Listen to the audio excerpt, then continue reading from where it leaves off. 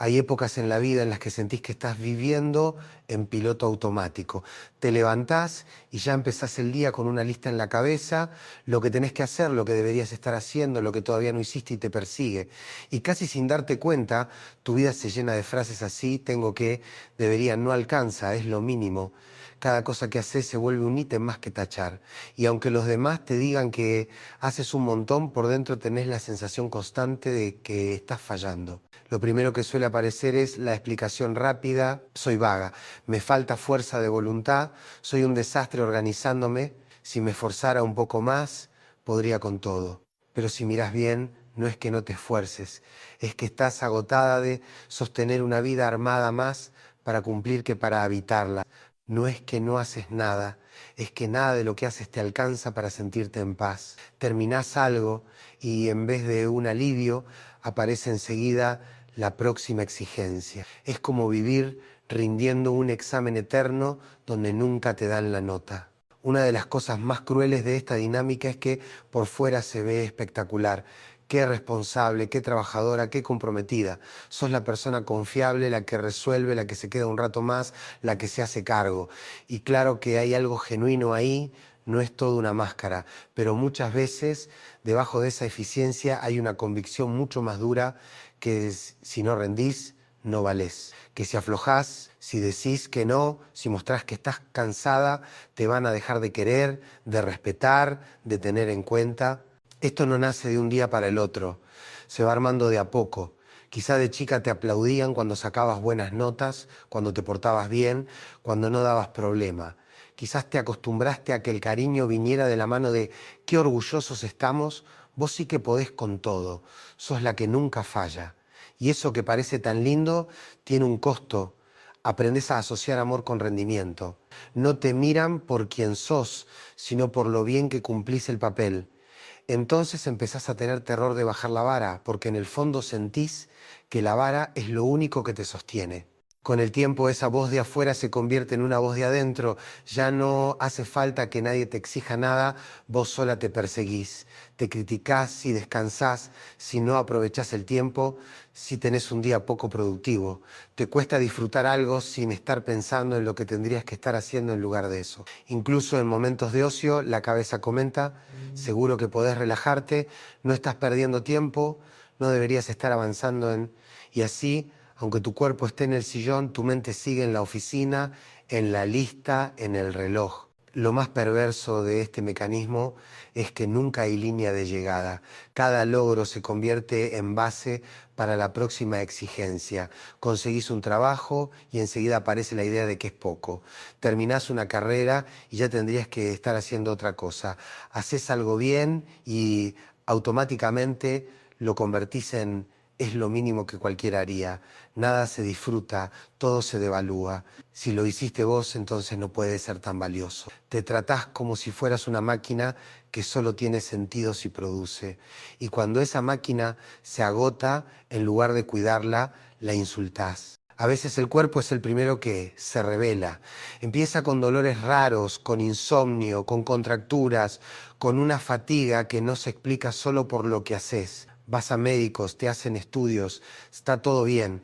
Y vos sabés que no está todo bien, porque hay días en los que el simple hecho de levantarte ya te pesa como si hubieras corrido una maratón.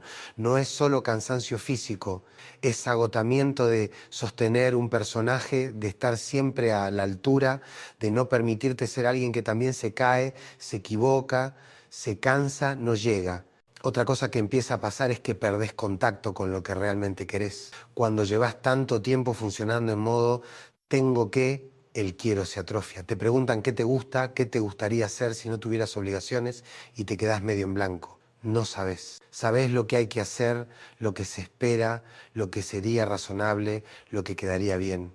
Pero si rascás un poco más hondo, cuesta encontrar deseos propios. Y eso duele porque te das cuenta de que sos especialista en cumplir expectativas, pero casi principiante en escucharte. En este punto es fácil armarte una teoría muy dañina. Si no sé qué quiero, entonces no tengo personalidad. Si no tengo deseos claros, debo estar fallada. pero muchas veces no es falta de deseo, es falta de permiso. Cada vez que un deseo asoma que no encaja con lo que debería ser, lo censurás antes de que termine la frase. Quiero descansar, pero no puedo. Quiero cambiar de trabajo, pero no da.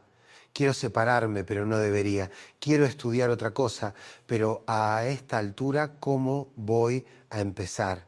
A fuerza de no da y no debería, el deseo aprende a no molestar. También es muy común que cuando por fin te frenás un poco, aparezca una tristeza rara, una especie de vacío que asusta. Estuviste tanto tiempo acelerada que ahora, al bajar la velocidad, se te viene encima todo lo que no quisiste mirar, la soledad, la sensación de no pertenecer del todo en ningún lado, el miedo a que si dejas de hacer, no quede mucho.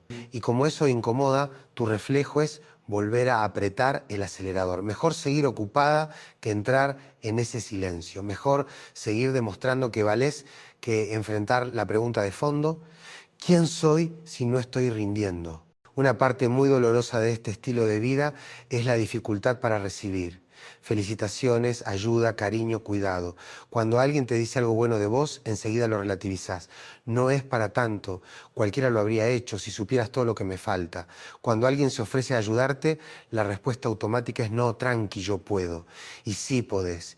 Ese es el problema. Pudiste tantas veces sola que te olvidaste de que no tenías por qué. La autosuficiencia forzada se vuelve una prisión elegante. Todos te admiran, pero muy pocos te conocen en serio. No se trata de dejar de hacer cosas ni de tirarlo todo por la borda. Se trata de empezar a revisar desde dónde lo haces. Hay una diferencia enorme entre trabajar porque algo te importa y trabajar para no sentirte una decepción.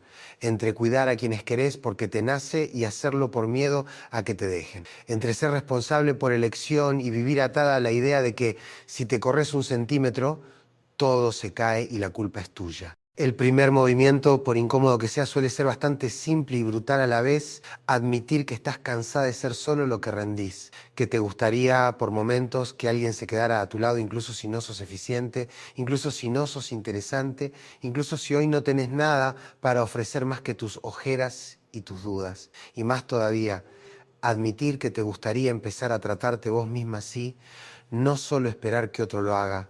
A partir de ahí aparecen preguntas nuevas. No tanto cómo hago para ser más y mejor, sino qué cosas sigo haciendo solo por miedo y qué cosas, si fuera por mí, elegiría diferente. Tal vez no puedas cambiar todo de golpe, pero quizás puedas empezar por gestos chicos, decir que no a algo que siempre aceptabas por inercia, tomarte un rato de descanso sin llenarlo de culpa, aceptar ayuda una vez sin justificarte 1000 veces. También puede ser muy potente empezar a mirar tu historia con un poco más de compasión.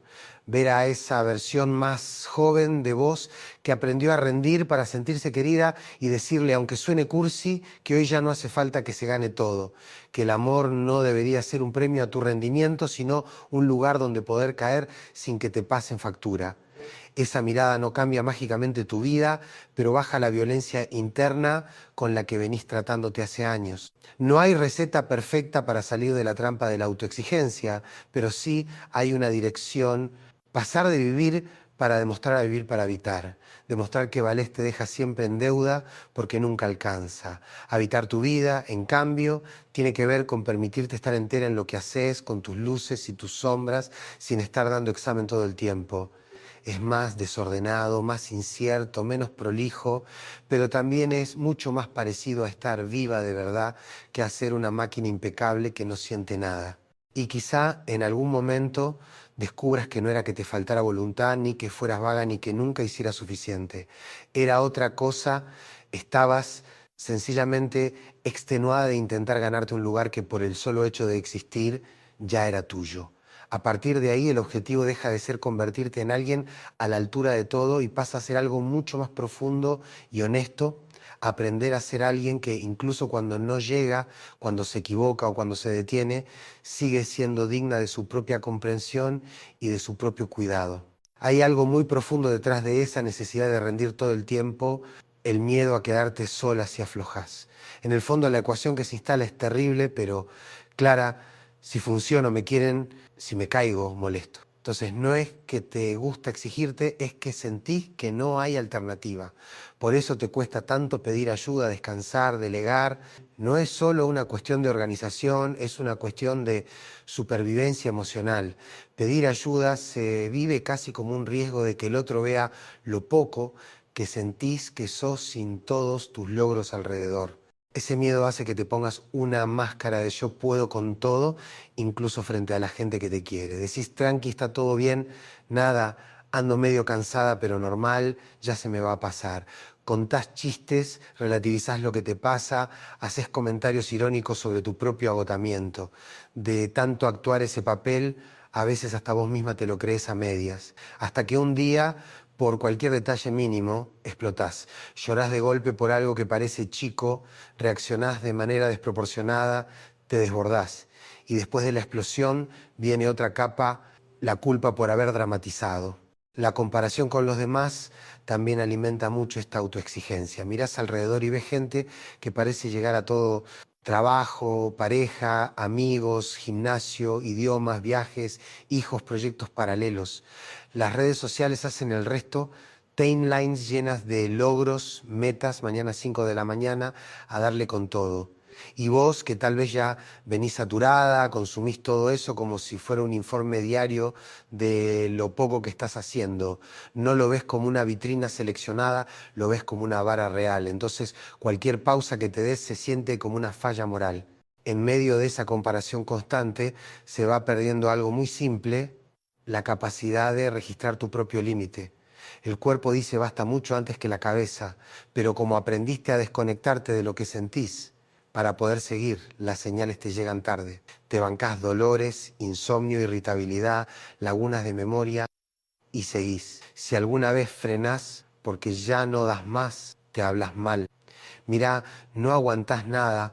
¿Cómo puede ser que te canse esto? Hay gente que hace 10 veces más. No te preguntás qué te está queriendo decir ese freno, te enojas con él. También aparece una trampa muy común, la idea de que cuando por fin llegues a cierto punto, ahí sí vas a poder descansar. Cuando tengas tal puesto, cuando ganes tal sueldo, cuando termines tal proyecto, cuando consigas tal estabilidad, esa promesa de descanso futuro te ayuda a soportar el presente, pero casi nunca se cumple, porque cuando llegás ya estás pensando en lo que sigue. Esa lógica es igual que una cinta de correr: por más que avances, tus pies siempre están en el mismo lugar. Vivís para un después que no llega nunca. En todo este esquema hay algo que casi nunca te permitís reconocer: la bronca. Bronca con los demás por aprovecharse de que siempre estás disponible, bronca con el sistema que te exprime, bronca con tu propia historia por haberte enseñado que valés según cuánto producís. Pero como la bronca te parece fea, injusta, ingrata, la reprimís. Y cuando la bronca no puede salir hacia afuera, se da vuelta y se dirige contra vos. En lugar de decir esto es demasiado, decís yo no estoy a la altura. En lugar de registrar que hay exigencias desmedidas, concluís que la desmedida sos vos. El problema es que nadie puede sostener indefinidamente una vida basada solo en el deber. En algún momento algo se rompe. A veces es el cuerpo con una enfermedad, con un ataque de pánico, con un bloqueo. A veces es la cabeza con una tristeza que ya no se disimula, con una angustia que se mete en todo. A veces es un vínculo que revienta porque nunca estabas del todo presente, porque siempre estabas apurado, cansada, irritado. Desde afuera puede verse como una crisis repentina. Desde adentro, si te animás a mirar con honestidad, suele ser el resultado lógico de años de ir en contra de tu propio límite. Lo paradójico es que esa crisis que tanto temor te da muchas veces es la primera oportunidad real que tenés de preguntarte si querés seguir viviendo así. No es que haga falta tocar fondo para cambiar, pero a veces hasta que algo no se cae, no te animás a cuestionar la estructura. El miedo a decepcionar a los demás, a perder tu lugar, a no saber quién sos sin ese personaje eficiente, hace que te aferres a un modo de vida que te está consumiendo. Entonces la crisis, aun siendo dura, abre una pregunta que antes ni siquiera te dejaba formular: ¿quiero seguir rindiendo o quiero empezar a vivir? En esa pregunta se juega algo mucho más grande que la agenda o la organización del tiempo. Se juega la idea de quién sos, porque durante años fuiste armando una identidad entera alrededor de la que puede, el que siempre está, la que no falla. Entonces, claro que asusta aflojar, no es solo dejar una tarea, es sentir que dejas de ser alguien valioso.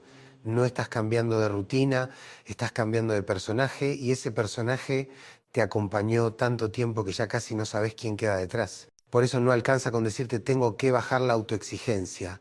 No es un botón que apretás y listo. La autoexigencia no es un capricho, es un sistema de defensa. Alguna vez, en algún momento de tu vida, ser así te salvó. Te salvó de un ambiente caótico donde si no te hacías cargo, nadie se hacía. Te salvó de sentirte invisible porque solo te veían cuando destacabas. Te salvó de sentirte expulsado de un grupo si no eras útil.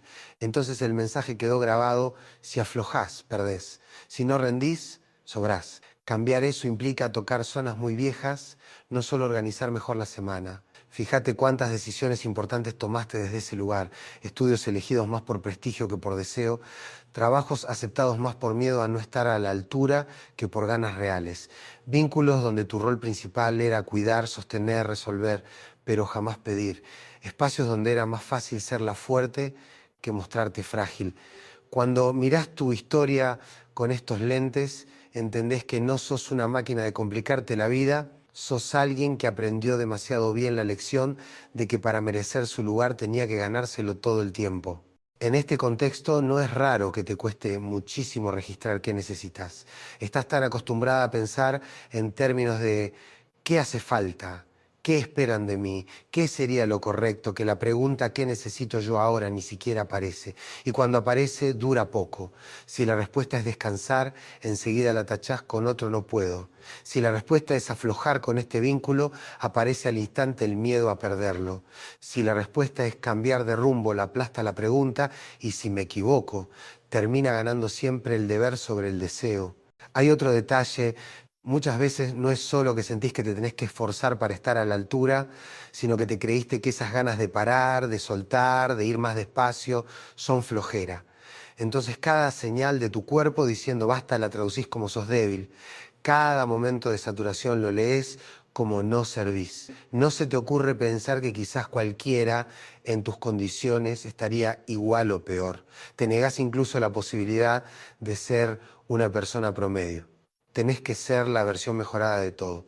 Y eso, además de imposible, es inhumano.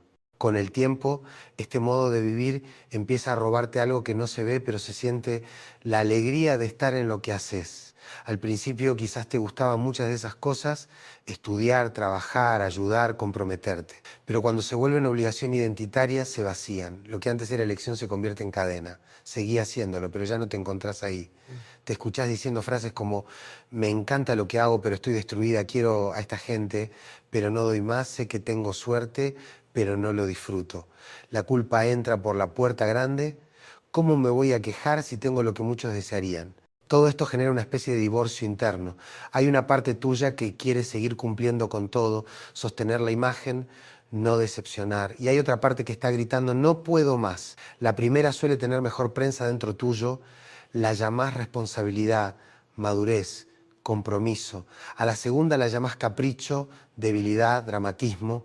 Entonces cada vez que asoma la parte cansada, la parte exigente la pisa. No hay diálogo, hay guerra. Una quiere frenar, la otra la obliga a seguir. Obvio que terminás agotada, estás peleando contra vos todos los días. Lo más peligroso es que empezás a creer que si aflojás te vas a desarmar para siempre, igual que con el duelo. Pensás, si me permito parar, no voy a arrancar más, si dejo de darlo todo, me voy a volver una persona mediocre, si dejo de sostener, todos se caen. Esa exageración te mantiene en movimiento, pero también te mantiene presa, porque nunca pones a prueba la hipótesis contraria, la de que quizás si bajaras un poco, no solo no se caería todo, sino que algunas cosas se reacomodarían para mejor. Mientras no pruebes, el miedo gana por walkover. Por eso, antes de hablar de cambios prácticos, hace falta hacer un pequeño gesto interno distinto empezar a sospechar de esa voz que te trata como si fueras una empleada suya a la que tiene que exprimir al máximo. No se trata de declararle la guerra, se trata de empezar a preguntarte de dónde aprendiste a hablarte así, de quién es ese tono, a quién te recuerda, desde cuándo sentís que tenés que demostrar todo el tiempo que mereces estar donde estás. No son preguntas para culpar a nadie, son preguntas para entender que esa voz no nació con vos, la fuiste copiando. Cuando ves que esa voz es aprendida, se abre una posibilidad que antes no existía, podés empezar a construir otra. Una que no te diga si no rendís, no valés, sino aunque hoy no puedas con todo, seguís valiendo. Una que en lugar de preguntarte qué más podrías estar haciendo, se anime a preguntarte qué te está pasando. No va a salir perfecto al principio. Vas a sentir que te estás autoengañando, que te estás aflojando demasiado. Normal. Cualquier lenguaje nuevo suena raro al principio. Llevas años hablando el idioma de la exigencia. Aprender el idioma del cuidado lleva tiempo. Este es el punto donde muchas personas sienten que se desorientan. Si no soy solo lo que hago, ¿qué soy? Si no soy la que cumple, el que produce, la que responde siempre, entonces ¿quién queda? Esa pregunta da vértigo, pero también es el comienzo de algo interesante, porque por primera vez empezás a mirar partes tuyas que no tenían espacio, el cuerpo que pide descanso, la curiosidad por cosas que nunca te permitiste probar, la sensibilidad que tapaste para no molestar, el enojo que escondiste para que nadie se vaya. No se trata de dejar de ser responsable, sino de dejar de ser responsable a costa de desaparecer vos. Hay un momento en el que todo esto se vuelve especialmente cruel cuando empezás a notar que la gente ya no se sorprende de todo lo que haces. Lo dan por hecho. Antes te agradecían, ahora lo esperan. Antes era qué genia, gracias por quedarte hasta tarde, ahora es che, te quedás, ¿no? Y vos, que ya venías exigida por dentro, empezás a sentirte también exigida por fuera. Si aflojás un poco, no es que digan, claro, estás cansada, sino ¿qué te pasa? No sos la misma de antes. Entonces, además del cansancio, aparece el miedo a decepcionar. Ahí muchas veces te traicionás a vos misma. Decís que sí cuando querías decir que no. Te ofreces para cosas que no necesitabas hacer. Te quedás más tiempo del que podías. Y lo peor es que, en el fondo, lo sabes. Sabes que te estás pasando por encima, pero igual lo haces. Después te enojas con los otros por pedirte tanto y con vos por no haber puesto un límite. Esa mezcla de bronca hacia afuera y hacia adentro es agotadora, porque sentís que nadie te cuida, pero también sabés que sos la primera que no se cuida. Todo esto genera una especie de personaje muy peligroso, el del yo me arreglo sola. No es solo independencia sana, es una independencia defensiva. Te convences de que es mejor no pedir nada porque así nadie te debe nada y nadie puede defraudarte. Y al mismo tiempo te llenas de resentimiento porque nadie te ve de verdad. Es una trampa perfecta. No querés depender de nadie, pero te duele que nadie esté cuando te caes. No contás que estás mal, pero te duele que nadie se dé cuenta. En este punto, la palabra límite empieza a aparecer, pero muchas veces se entiende mal. Pensás que poner límites es convertirte de golpe en alguien frío, egoísta, que no le importa nada. Imaginás la escena, vos diciendo no con cara de piedra, dejando a todos tirados, y como no te identificás con eso, seguís como siempre. Pero un límite sano no es un portazo, es una forma de decir hasta acá puedo antes de explotar. A veces es tan simple como hoy no llego, esta vez no puedo, necesito ayuda con esto. Lo dramático no es el límite, lo dramático es llegar al colapso por no haberlo puesto a tiempo. También es cierto que cuando empezás a cambiar, aunque sea un poquito, hay gente que se va a incomodar. No porque seas mala, sino porque se beneficiaban de esa versión tuya que nunca decía que no. Si siempre fuiste la que cubre todos los huecos, cuando dejas uno vacío alguien se va a quejar. Lo van a leer como cambio de actitud, te noto rara, ya no sos tan servicial. Es muy importante entender que esa incomodidad del otro no significa que estés haciendo algo mal. Significa que estás moviendo una dinámica que llevaba años funcionando a costa tuya. Algo parecido pasa con esa voz interna que te dice que estás cambiando para peor. Capaz un día decís que no a algo y sentís culpa todo el día.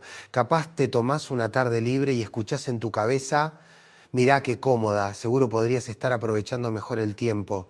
Esa culpa no es una señal de que te estés equivocando, es el síntoma de un sistema viejo que se resiste a ser transformado. Igual que cuando empezás a usar un músculo que no usabas hace mucho y te duele, no es que lo estés lastimando, lo estás despertando. De a poco, el desafío pasa por animarte a probar microcambios y ver qué pasa en la realidad, no solo en tu cabeza, porque en tu cabeza siempre se cae el mundo si decís que no, si llegás hasta donde podés, si mostrás que estás cansada. Pero en la realidad concreta muchas veces no. Capaz tu jefe resuelve con otra persona, capaz tu amiga entiende, capaz tu familia se acomoda. Y si alguno se enoja mucho porque ya no estás disponible 24/7, tal vez lo que queda en evidencia no es que vos te volviste egoísta, sino que el vínculo dependía demasiado de tu desgaste. Lo curioso es que cuando empezás a correrte, aunque sea un poco de la lógica de tengo que estar siempre, algo adentro se asusta y algo adentro se alivia. Se asusta la parte que aprendió que solo siendo útil iba a ser querida. Y se alivia la parte que hacía años estaba pidiendo un respiro y nadie escuchaba. Las dos existen. El trabajo no es matar a la exigente y dejar solo a la relajada, ni al revés. Es empezar a sentarlas, a hablar, que la que cuida pueda decir hasta acá y la que exige pueda aprender que no todo se va a derrumbar si un día no llegas a todo. En este proceso, la mirada que tengas sobre el error cambia mucho las cosas. Si cada vez que te olvidás de algo, que llegas tarde, que fallás, te tratás como si hubieras cometido un crimen, es lógico que no quieras arriesgarte a hacer nada distinto. Pero si empezás a considerar la idea de que equivocarte no te hace menos digna, menos valiosa, menos querible, se abre un margen nuevo, el margen para probar, para ajustar, para aprender. Y ahí por primera vez en mucho tiempo la vida deja de sentirse como un examen que tenés que aprobar y se acerca un poco más a lo que realmente es un lugar donde vas a acertar y a fallar muchas veces y donde lo único verdaderamente insostenible es vivir todo el tiempo en guerra con vos misma. Hay un punto en el que todo este proceso empieza a girar, que es cuando dejas de preguntarte solo qué tenés que cortar y empezás a preguntarte qué querés sumar. Porque si todo el trabajo se centra en poner límites, hacer menos, bajar exigencias, puede aparecer otra trampa, quedarte definida solo por lo que ya no haces. Soltar está buenísimo, pero si no aparece nada que tenga sentido para vos, la vida se siente como un montón de cosas tachadas y poco espacio habitado. Ahí entra en juego algo que hace mucho viene relegado, el deseo. No el deseo tipo lista de objetivos a 5 años, sino deseos chicos, concretos, casi modestos, que tienen que ver con cómo querés vivir un día cualquiera. Capaz hace años que no te preguntás qué te da curiosidad, qué te relaja de verdad, qué cosas disfrutabas antes y fuiste dejando porque no sumaban nada productivo. Volver a registrar eso al principio puede dar vergüenza. Te sorprendés pensando, me gustaría tener una tarde sin hacer nada. Y enseguida aparece la voz que dice eso es perder el tiempo. O se te cruza me gustaría aprender tal cosa que no sirve para trabajo y otra vez, ¿para qué? Esa vergüenza es la marca de lo difícil que se te hace permitirte algo que no sea rendimiento. Por eso al empezar no hace falta que cambies tu vida entera. Basta con abrir agujeritos en el muro del tengo que, 1 hora a la semana en la que no haya objetivo más que estar, un rato del día en el que no te midas por lo que producís, un no a algo que siempre aceptabas y un sí a algo que venías postergando solo porque no era urgente. No lo vas a vivir como algo natural. De entrada se siente casi ilegal. Pero justamente por eso es importante, estás probando que podés existir aunque no estés justificando tu existencia a cada minuto. A la par aparece otro trabajo más silencioso, pero igual de clave, revisar qué llamas éxito. Porque mientras tu idea de éxito siga siendo hacer cada vez más, mejor y sin cansarte nunca, cualquier intento de cuidarte va a ser vivido como fracaso. Capaz creciste con un modelo muy claro de éxito, tal tipo de carrera, tal estilo de vida, tal ritmo, y todo lo tuyo lo comparás con eso. Si no llegás, te castigás. Si llegás, enseguida subís la vara. Nunca ganás. Empezar a preguntarte éxito según quién y esto que persigo, ¿realmente lo quiero o solo aprendí que hay que quererlo? No te resuelve la agenda, pero empieza a desarmar la prisión mental en la que venís corriendo.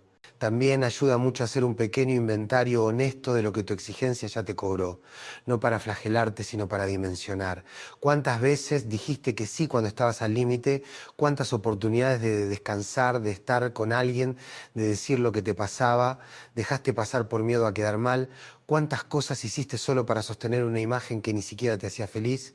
Ver esas cuentas no es para culparte, es para ver que el precio que venís pagando no es tan simbólico. Hay horas de sueño, de salud, de vínculos, de presencia real que ya quedaron en el camino. Seguir igual también es una decisión, no es neutral.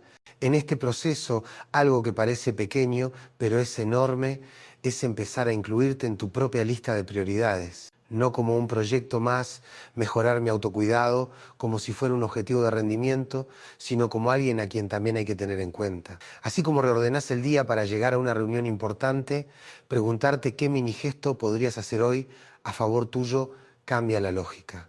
A veces será comer sentada en vez de pie frente a la compu. A veces será apagar el teléfono media hora antes de dormir. A veces será no contestar ese mensaje al instante.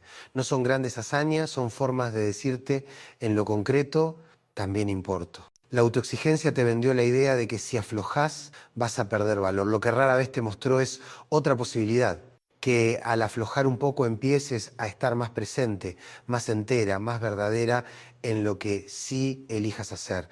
Porque no se trata de hacer menos por hacer menos, se trata de dejar de estar repartida en 1000 lugares al mismo tiempo y poder habitar de verdad algunos. Menos rendimiento, más presencia.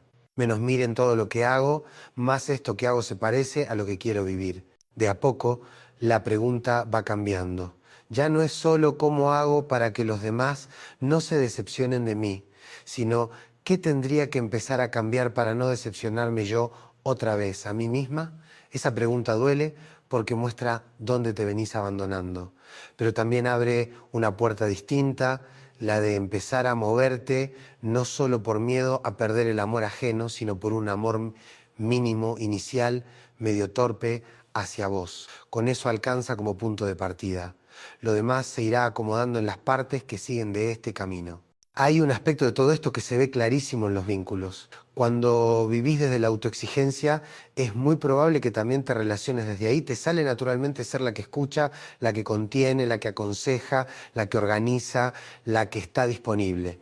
Y no es que eso esté mal. El problema aparece cuando casi nunca ocupás el otro lugar, el de pedir, el de decir no puedo, el de mostrar que estás hecha polvo y que hoy sos vos la que necesita sostén. Si siempre estás del lado de la que soluciona, el mensaje que le mandás al mundo y a vos misma es el mismo. Yo valgo en tanto sirvo. Con el tiempo empezás a notar una simetría, sabes muchísimo de los problemas de los demás, pero casi nadie sabe de verdad cómo estás vos. No porque no les importe, sino porque aprendieron viéndote que vos estás bien, que vos podés con todo.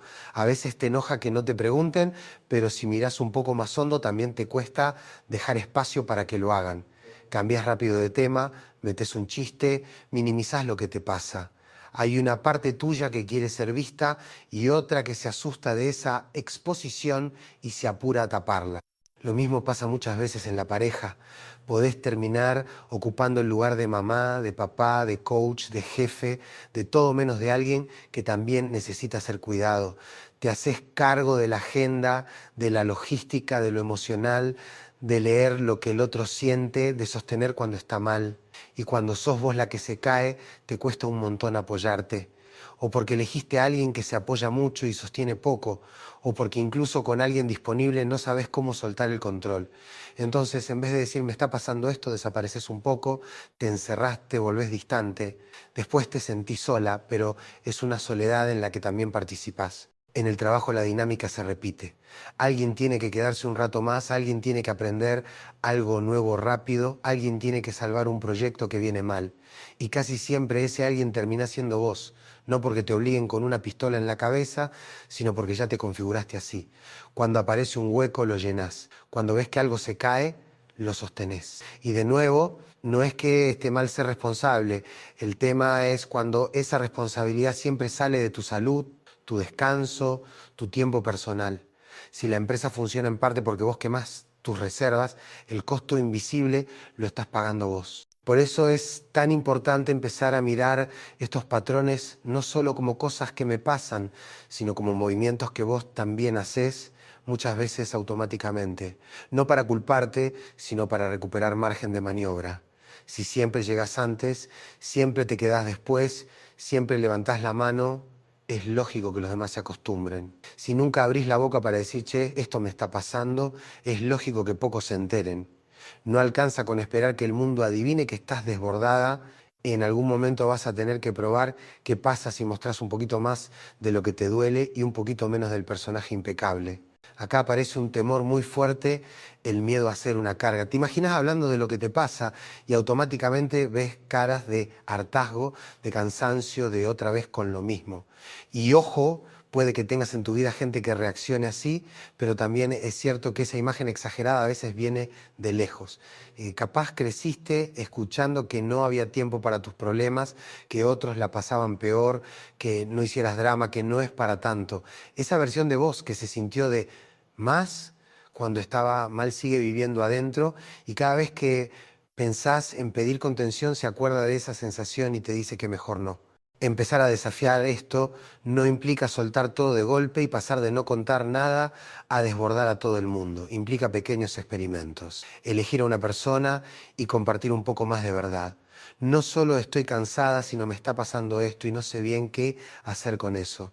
Darte la oportunidad de comprobar en la realidad si de verdad sos una carga o si esa era una frase vieja que se te quedó pegada. Muchas veces te encontrás con algo que no esperabas, gente que agradece que por fin te muestres más humana, que respira aliviada al ver que no sos perfecta, que se siente más cerca tuyo cuando dejas de actuar. También puede pasar lo contrario, que haya vínculos que no soporten ese cambio y se vayan corriendo. Duece, claro. Pero ahí hay una información muy valiosa. Tal vez esas relaciones necesitaban más de tu rol que de tu persona. Necesitaban a la que resuelve, a la que cuida, a la que funciona.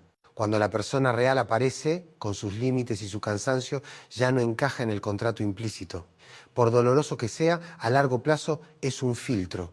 Lo que queda después de animarte a ser menos personaje y más vos suele ser más auténtico, aunque sea menos numeroso. En paralelo, es clave empezar a revisar qué lugar le das al disfrute en tu vida cotidiana.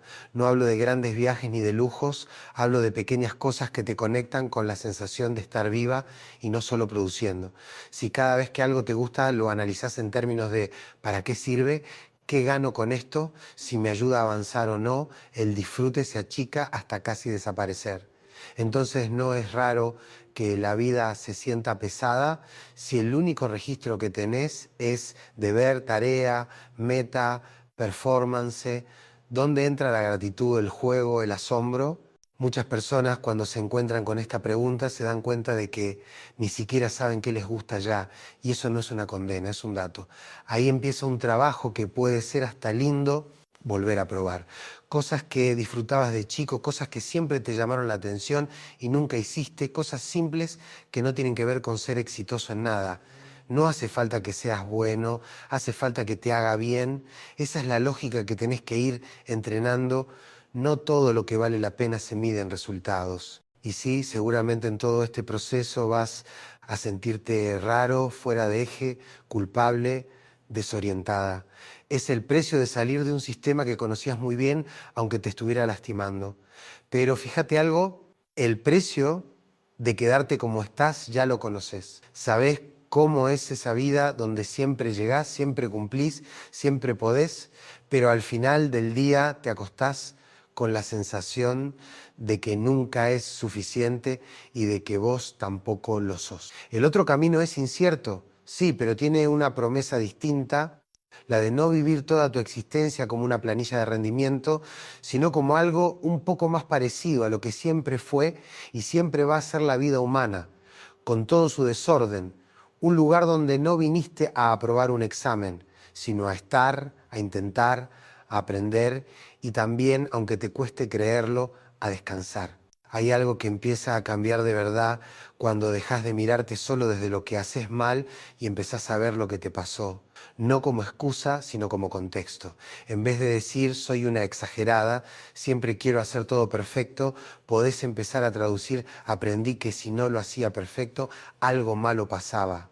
En vez de soy una intensa, me acostumbré a estar alerta todo el tiempo porque muchas veces nadie más estaba prestando atención. Cambia mucho decir soy así a decir me tuve que volver así.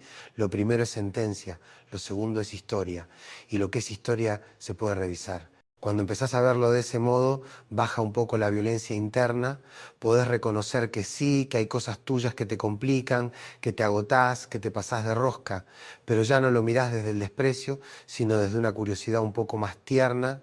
Ok, ¿por qué me exijo tanto? ¿Qué estoy intentando evitar? ¿Qué miedo se juega acá? Ahí aparece algo importante. La autoexigencia casi nunca es solo hambre de éxito, suele ser miedo al rechazo, al abandono, al conflicto, a la crítica. Rendir es la coraza. Debajo, lo que hay es alguien que tiene terror de no ser suficiente para que la quieran. En ese contexto, espacios como la terapia o incluso una buena conversación profunda con alguien de confianza dejan de ser un lujo para volverse un acto de honestidad.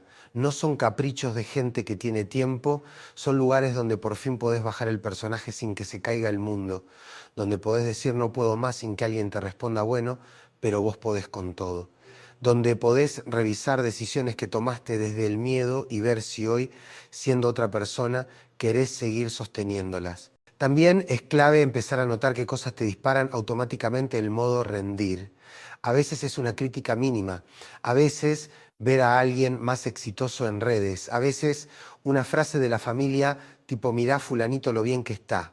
Esos momentos son como botones rojos, apretás y aparece la urgencia interna de demostrar, de ponerte al día, de apurar el paso. Si lográs reconocerlos, aunque sea un segundo después, ya ganaste algo, podés preguntarte ¿estoy reaccionando al presente o a una versión vieja de esta historia? Tal vez hoy ya no necesitas responder igual que antes. Otro paso que ayuda es animarte a tolerar pequeñas frustraciones en los demás sin salir corriendo a repararlas, dejar un mensaje sin contestar al instante, no resolverle el problema a alguien apenas aparece, no ofrecerte de voluntaria automática para todo.